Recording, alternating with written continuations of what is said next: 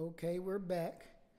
And so now we're going to discuss database systems. Okay, so what we've covered so far, we know what a table is. It is a collection of data structured in rows and columns, very similar to an Excel spreadsheet. An index of a table is a column or group of columns that identify a unique row of data or a record in a table. A database is a collection of tables, just like we have multiple worksheets in an Excel workbook. We have multiple tables that are contained in a database. Metric tables contain measures, sales, inventory, shipping, other types of measures. Attribute tables contain descriptions and attributes around a physical or abstract entity. Sorry.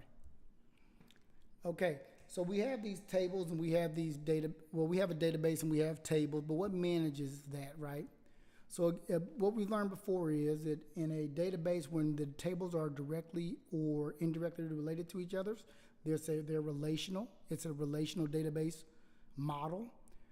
And what manages this is a relational database management system. And you'll hear it referred to as a RDBMS. And it's basically software that manages access to databases and tables. There are several different companies that have their versions of database management systems. Although there are different companies that come up with their own version to manage these different databases and tables, they all must adhere to ANSI SQL guidelines.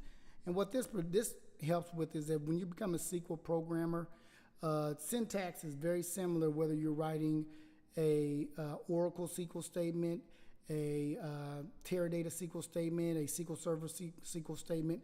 That's why just having the ANSI SQL guidelines makes it really good for the coder, and you are a coder, to write SQL on different platforms.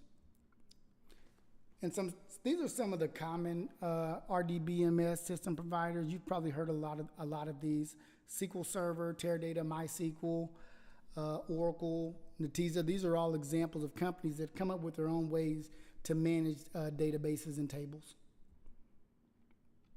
Now we know that these companies have these database management systems that actually contain the databases and tables. How do you get access to it?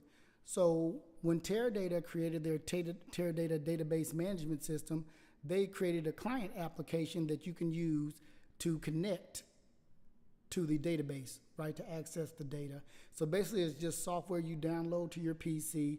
Most of them are just apps you download to your PC or your Mac.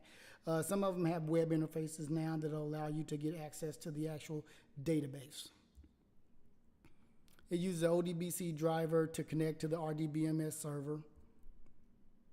And so that server is going to process all the requests. So you can have multiple programmers or coders writing code to go actually pull and retrieve data from the server.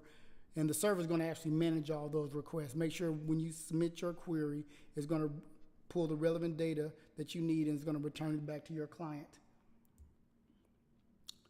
Just some examples of applications that database providers have created. So the Teradata database uses SQL Assistant.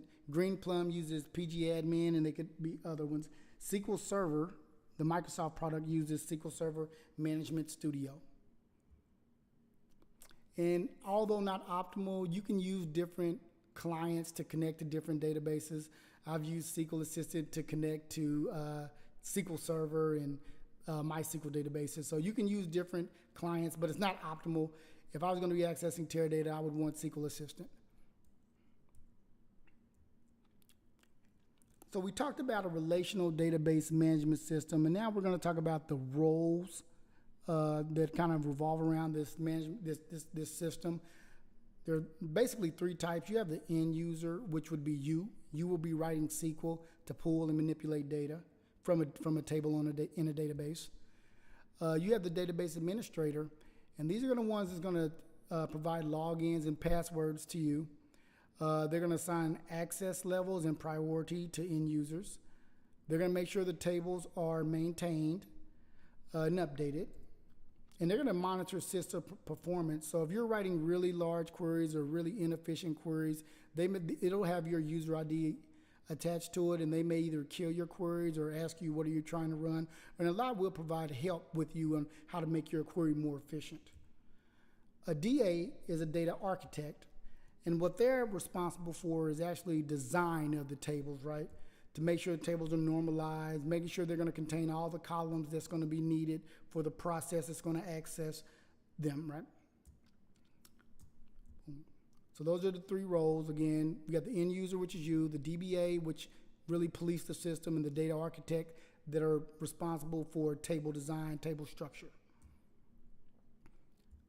So what is a database server? So the RDBMS runs on a database server, and a database server could be one computer, or it can be many computers that are linked together. And just as workbooks are stored on a computer or a shared drive, so if you had some huge workbook with a lot of data, you would go out to your C drive or wherever you kept it, if you kept it on a shared drive. Databases are stored on a database server. So you would actually want to go out to the database server to get access to the database and tables. And this is another comparison.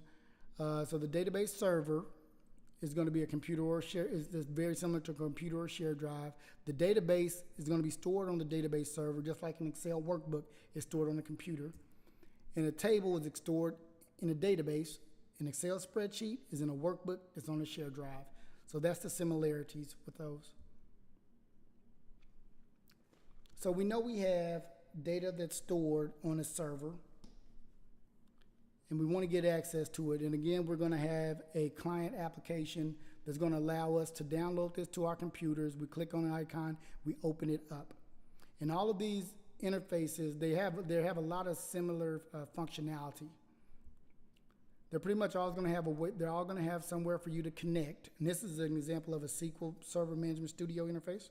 That's going to say, they'll give you the connect, and it'll give you a drop down, and you'll enter what box you want to connect to. And that box name and all that information will be supplied to you by your DBA. And once you log in, most of them are going to have some type of explorer, so you can see the databases that are on the server, and then you'll have drop downs to where you can see all the tables in the database, and then you can actually expand out on a lot to see what columns are in each table. Pretty much all will have a file option where you can open SQL statements, save SQL statements, export data, import options.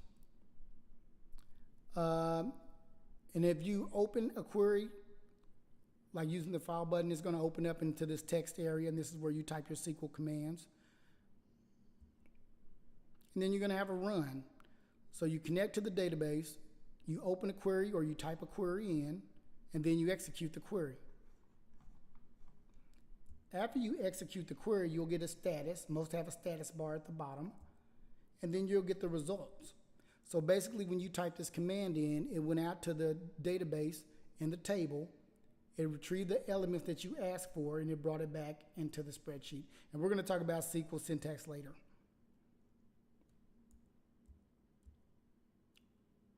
And so this is just a review, database systems review quiz.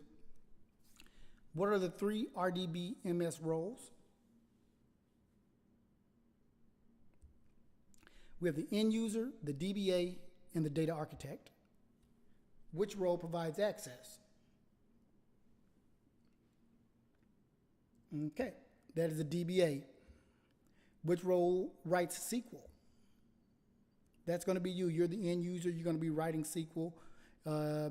You will not be responsible for the most part in a large data environment of actually maintaining tables, unless they're only temporary tables that you create. Which role monitors performance? That is again, that's the DBA. They're the gatekeepers. They're the policemen of the actual database system.